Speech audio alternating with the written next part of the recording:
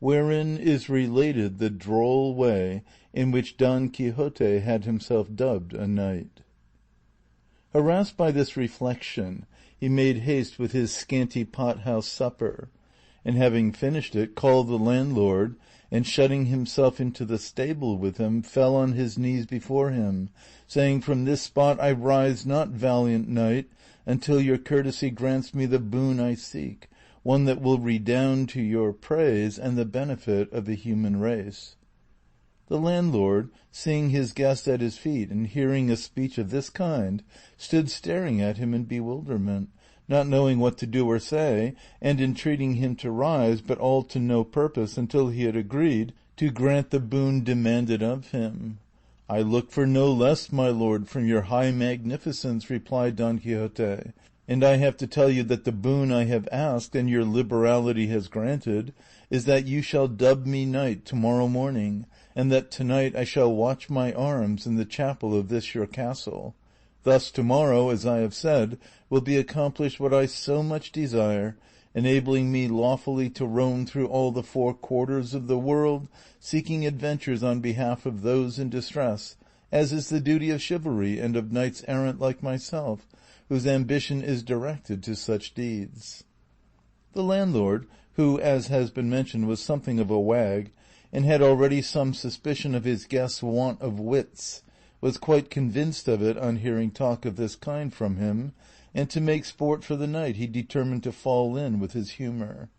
So he told him he was quite right in pursuing the object he had in view, and that such a motive was natural and becoming in cavaliers as distinguished as he seemed, and his gallant bearing showed him to be,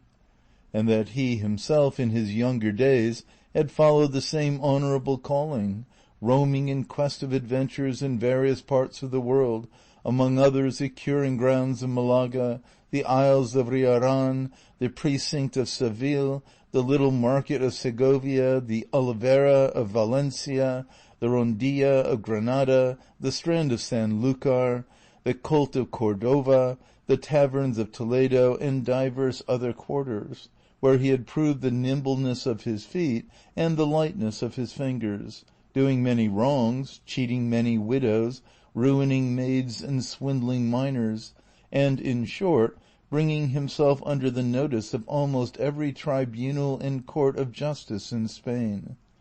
until at last he had retired to this castle of his, where he was living upon his property and upon that of others,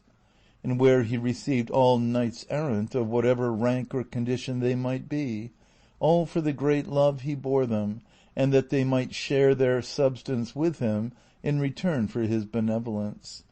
He told him, moreover, that in this castle of his there was no chapel in which he could watch his armour, as it had been pulled down in order to be rebuilt, but that in a case of necessity it might, he knew, be watched anywhere, and he might watch it that night in a courtyard of the castle,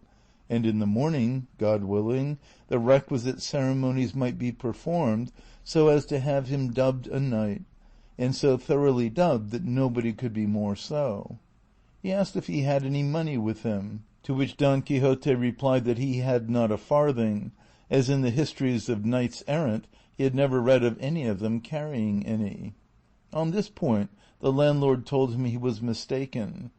for though not recorded in the histories, because in the author's opinion there was no need to mention anything so obvious and necessary as money and clean shirts, it was not to be supposed therefore that they did not carry them, and he might regard it as certain and established that all knights errant, about whom there were so many full and unimpeachable books, carried well-furnished purses in case of emergency, and likewise carried shirts and a little box of ointment to cure the wounds they received.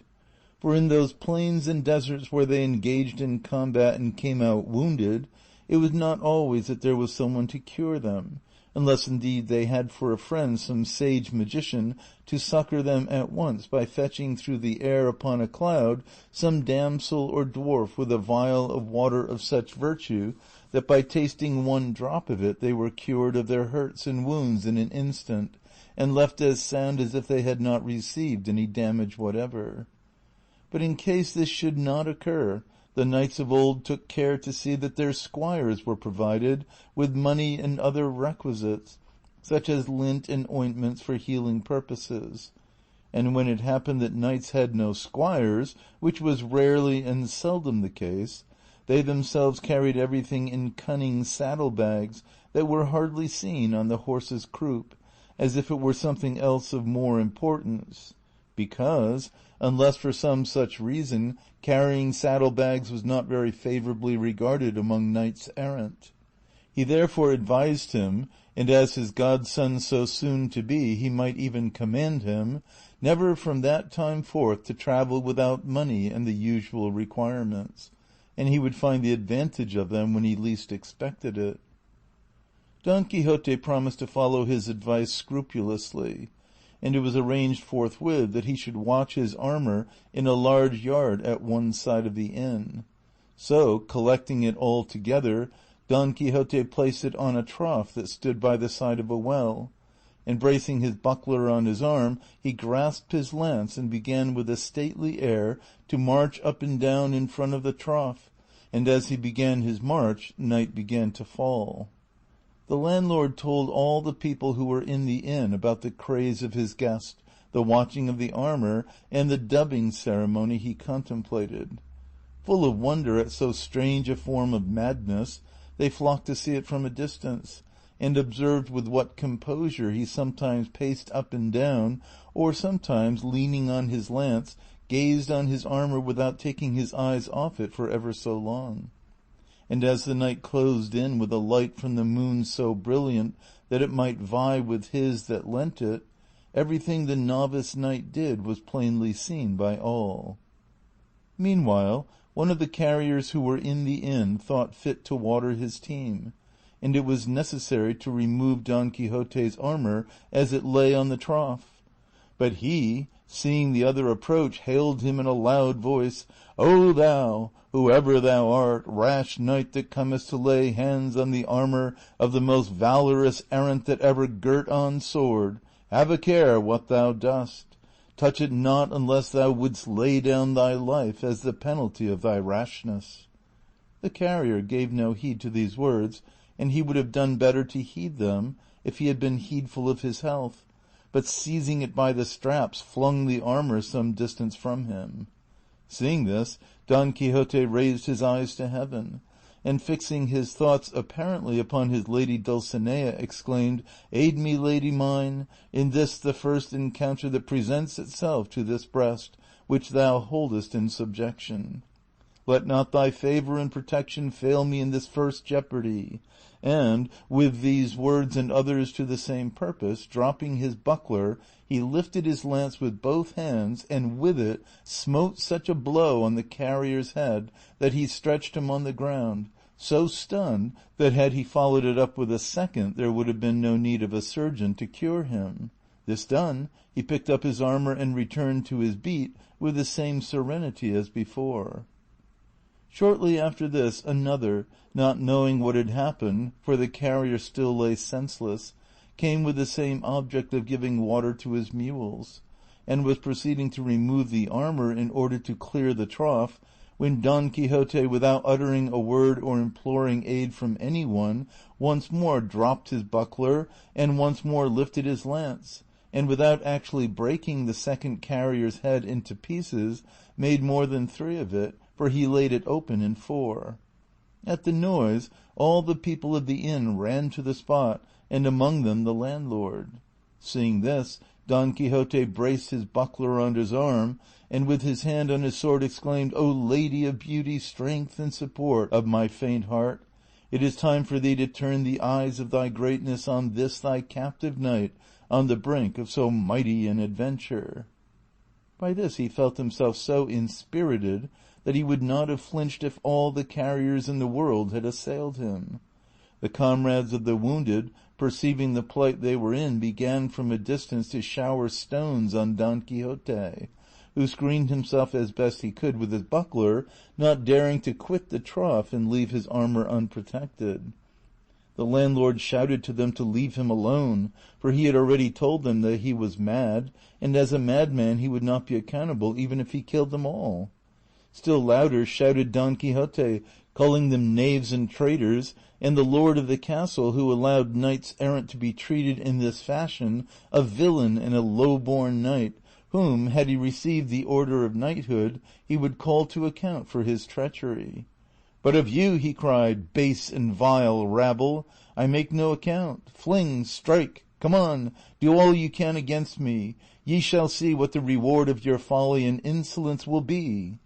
This he uttered with so much spirit and boldness that he filled his assailants with a terrible fear, and as much for this reason as at the persuasion of the landlord, they left off stoning him, and he allowed them to carry off the wounded, and with the same calmness and composure as before, resumed the watch over his armor.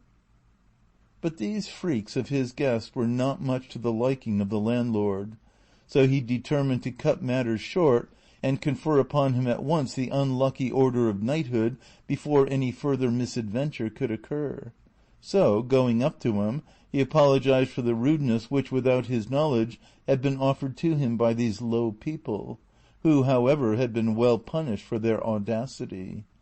As he had already told him, he said, there was no chapel in the castle, nor was it needed for what remained to be done, for, as he understood the ceremonial of the order, the whole point of being dubbed a knight lay in the accolade and in the slap on the shoulder, and that could be administered in the middle of a field, and that he had now done all that was needful as to watching the armor, for all requirements were satisfied by a watch of 2 hours only, while he had been more than 4 about it. Don Quixote believed it all, and told him he stood there ready to obey him, and to make an end of it with as much dispatch as possible. For if he were again attacked and felt himself to be a dubbed knight, he would not, he thought, leave a soul alive in the castle, except such as out of respect he might spare at his bidding. Thus warned and menaced, the castellan forthwith brought out a book in which he used to enter the straw and barley he served out to the carriers, and, with a lad carrying a candle end and the 2 damsels already mentioned, he returned to where Don Quixote stood and bade him kneel down. Then, reading from his account book as if he were repeating some devout prayer, in the middle of his delivery he raised his hand and gave him a sturdy blow on the neck, and then, with his own sword, a smart slap on the shoulder, all the while muttering between his teeth as if he were saying his prayers. Having done this, he directed one of the ladies to gird on his sword, which she did with great self-possession and gravity, and not a little was required to prevent a burst of laughter at each stage of the ceremony. But what they had already seen of the novice knight's prowess kept their laughter within bounds. On girding him with the sword, the worthy lady said to him, "May God make your worship a very fortunate knight, and grant you success in battle." Don Quixote asked her name, in order that he might from that time forward know to whom he was beholden for the favor he had received, as he meant to confer upon her some portion of the honor he acquired by the might of his arm. She answered with great humility that she was called La Tolosa, and that she was a daughter of a cobbler of Toledo who lived in the stalls of Sancho Bienaya, and that wherever she might be she would serve and esteem him as her lord. Don Quixote said in reply that she would do him a favor if thenceforward she assumed the Don and called herself Doña Tolosa. She promised she would, and then the other buckled on his spur, and with her followed almost the same conversation as with the lady of the sword. He asked her name, and she said it was La Molinera, and that she was the daughter of a respectable miller of Antequera. And of her likewise Don Quixote requested that she would adopt the Don and call herself Doña Molinera, making offers to her of further services and favors. Having thus, with hot haste and speed, brought to a conclusion these never till now seen ceremonies, Don Quixote was on thorns until he saw himself on horseback sallying forth in quest of adventures, and saddling Rocinante at once, he mounted, and embracing his host, as he returned thanks for his kindness in knighting him, he addressed him in language so extraordinary that it is impossible to convey an idea of it or report it. The landlord, to get him out of the inn, replied with no less rhetoric though with shorter words, and without calling upon him to pay the reckoning, let him go with a Godspeed. End of Volume 1, Part 1, Chapter 3. Recording by Expatriate in Bangor, Maine.